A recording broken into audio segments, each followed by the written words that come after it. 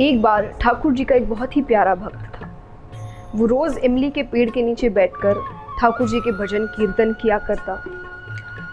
उसी रास्ते से एक दिन नारद जी जा रहे थे। वो उस भक्त को देखते हैं, उससे पूछते हैं, क्या तुम रोज़ यहीं बैठकर ठाकुर जी का भजन करते हो?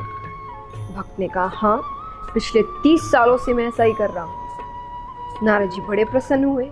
उन्होंने कहा कि अभी मैं भगवान से मिलने जा रहा हूँ। अगर तुम कुछ संदेश देना चाहते हो या उनसे कोई बात कहना चाहते हो तो मुझसे कह दो। भक्त ने कहा, बस एक प्रश्न है मेरा कि मुझे भगवान दर्शन कब देंगे? नारद जी ने कहा, ठीक है। वो भगवान के पास जाते हैं, भगवान से प्रश्न पूछते हैं। भगवान ने कहा, उस इमली के पेड़ में जितने पत्ते हैं मैं उतने ही वर्षों बाद उस भक्त को दर्शन दूंगा। नारद जी बड़े उदास हो जाते हैं, नीचे आते हैं। भक्त ने पूछा कि आपने मेरा प्रश्न पूछा क्या? नारद जी ने कहा, छोड़ो वो बात, कभी और करेंगे। अरे, भक्त कहते, ऐसे कैसे छोड़ो? मैंने भगवान से वो प्रश्न किया है, मुझे उसका उत्तर चाहिए। नारद जी ने कहा, तुम उदास हो जाओगे। बोले, नहीं, मैं उदास नहीं हूँ, आप मुझे उत्तर बताइए।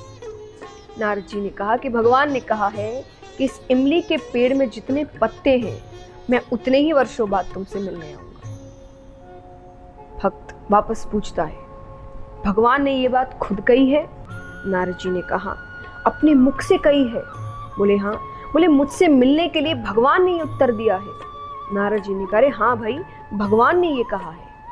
ये सुनने के बाद वो जोर नाचने लगता है, इतना मग्न हो जाता है, नृत्य करने लगता है, भजन गाने लगता है। ऐसा करते करते अचानक वहां पर भगवान प्रकट हो जाते हैं उसे दर्शन देने के लिए। नारद जी को बात अच्छी नहीं लगती। नारद जी ने भगवान से कहा कि आपने तो कहा था कि इस पेड़ में जितने पत्ते हैं आप उतने वर्षों बाद इसे दर्शन देने आएंगे। अरे, जब इतनी जल्दी ही दर्शन देना था तो मुझे क्यों झूठा बनाया? मुझसे क्यों झूठी बात कहलवाई?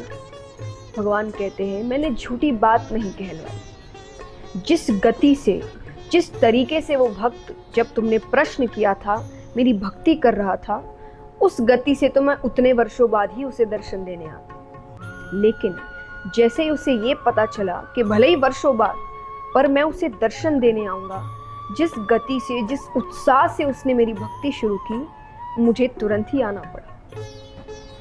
इस कहानी की सीख क्या है कि अगर हम ये सोचते हुए कि जितने वर्ष चलते जा रहे हैं तो हल्की फुल्की मेहनत करते रहते हैं जीवन में, जब मिलना होगा तब मिल जाएगा, तो उस प्रकार से आपको काफ़ी समय लगता है। पर अगर आप उन्नति चाहते हैं, सफलता चाहते हैं, तो आपको उस प्रकार की कड़ी मेहनत, उस प्रकार की दृढ़ता, उस प्रकार का उत्साह अपने कार्य में करना होगा। और तभी जिस प्रकार भगवान कुछ मिनटों में ही उसे दर्शन देने आते हैं, बहुत जल्द आपको सफलता प्राप्त होगी। तो मेहनत करिए, पर इस प्रकार करिए कि मानो भगवान आपको जल्द दर्शन देने वाले हैं। उतने ही उत्साह, उतनी ही खुशी और उतने ही दृढ़ता के साथ करिए।